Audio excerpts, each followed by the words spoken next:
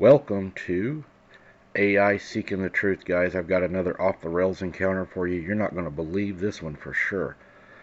This one is a little out there, and I made a mistake on the introduction. This is for abnormal investigations. AI Seeking the Truth will be also uploaded, but this is for abnormal. Sorry about that. I want to thank everybody for showing up, sharing this out, hitting the like button, guys. I've asked you to share it out, and our views and content has went up along with our subscribers. So I would ask that y'all would continue to do that, and let's push this channel to the top, guys.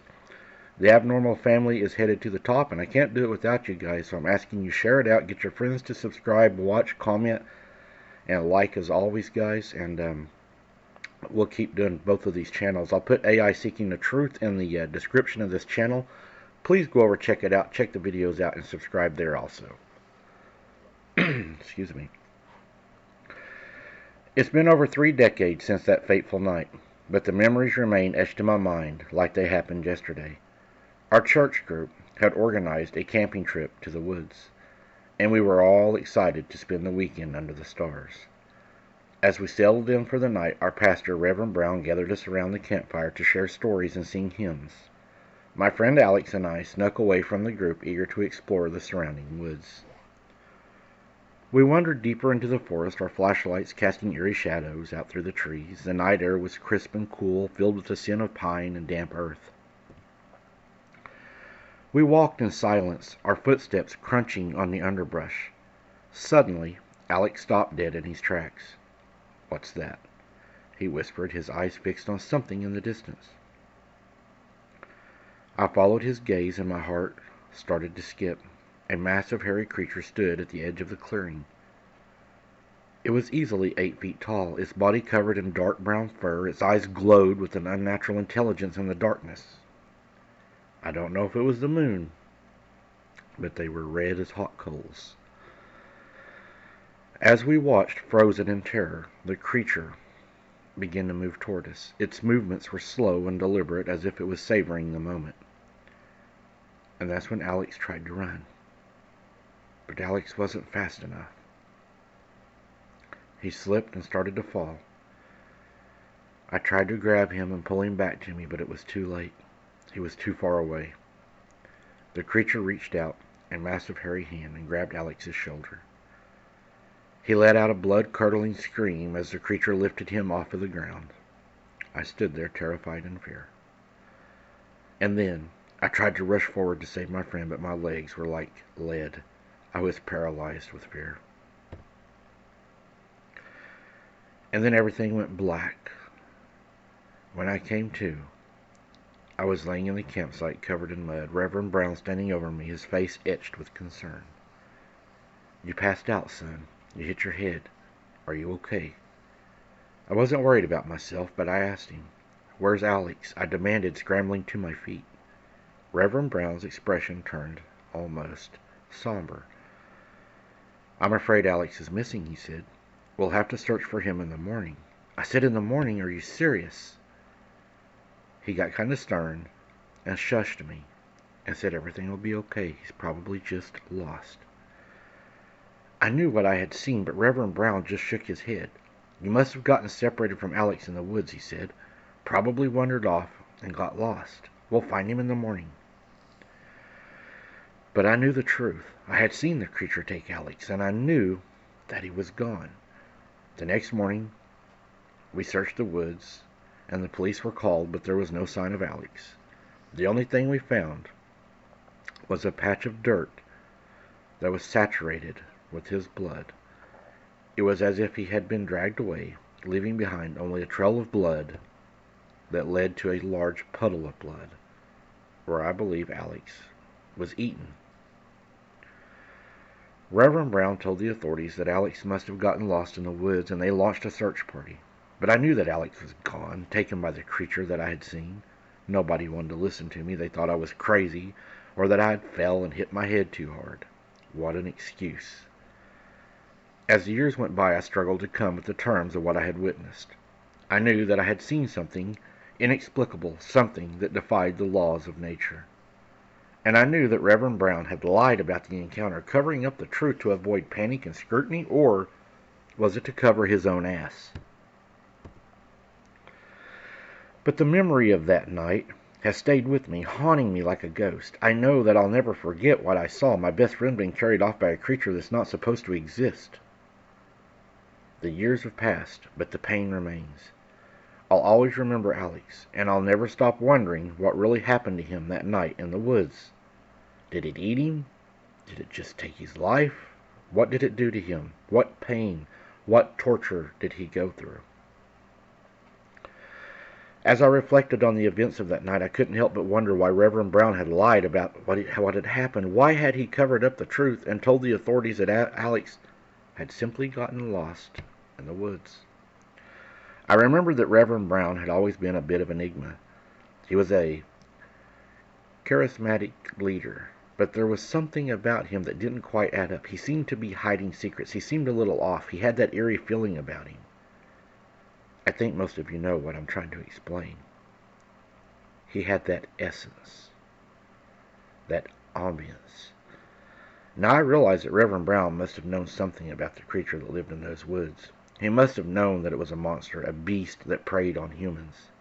And he must have been trying to cover up the truth to avoid panic or scrutiny, or just to plain old cover his own ass. But why, I asked myself. What could Reverend Brown possibly gain by lying about Alex's disappearance?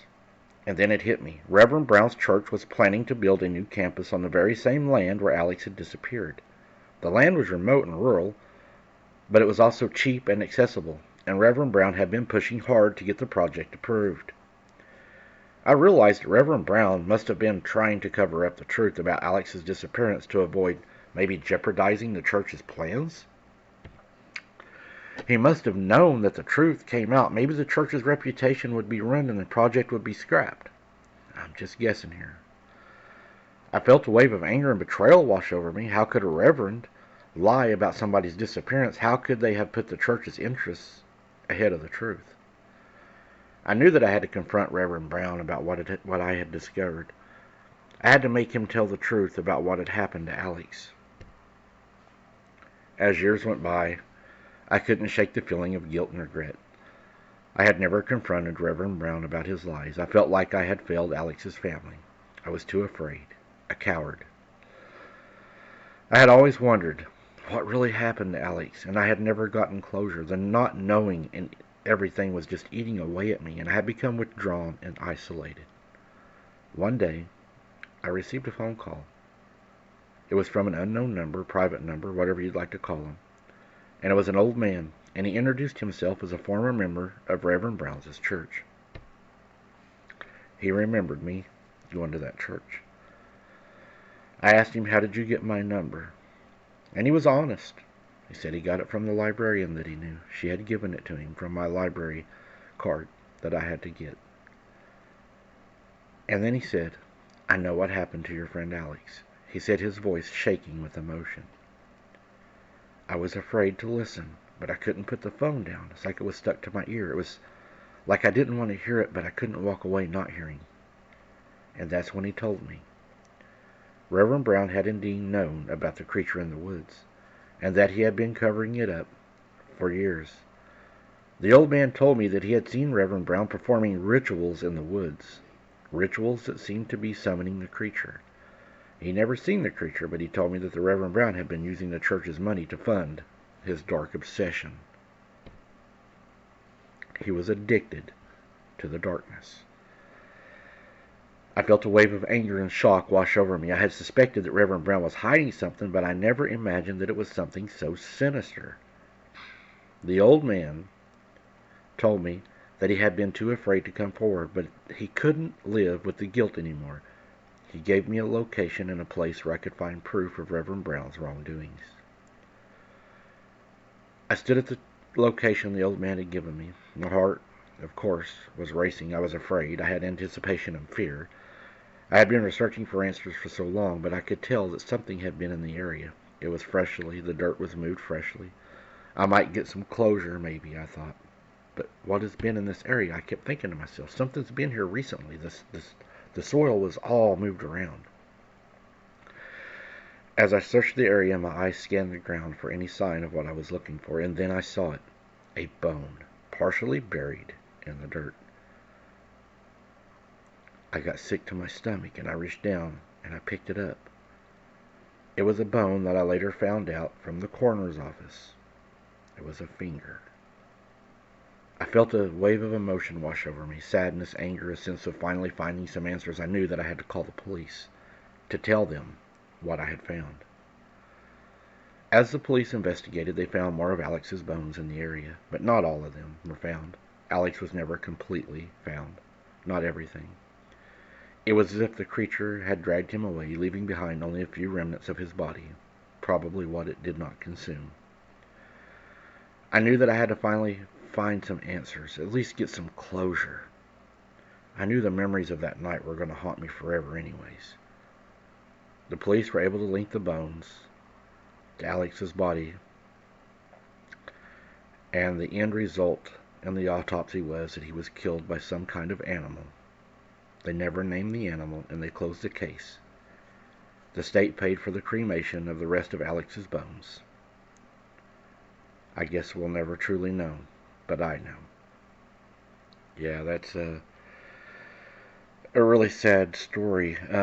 It makes me wonder, is the reason he lied to him wasn't maybe to save the church, but to protect what was in the woods? Maybe he knew it. I don't know.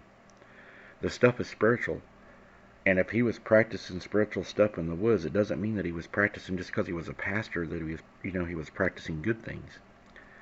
I know a pastor practices bad things, but everybody thinks he's a good man.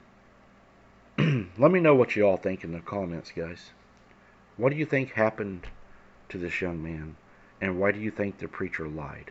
Please share this out. Please like it. Give me a comment, guys. I love to answer them. Let's grow this channel even more, guys. Thank you so much for listening. Until next time, keep your head on a swivel. Don't be something's dinner, and we'll see you on the next one.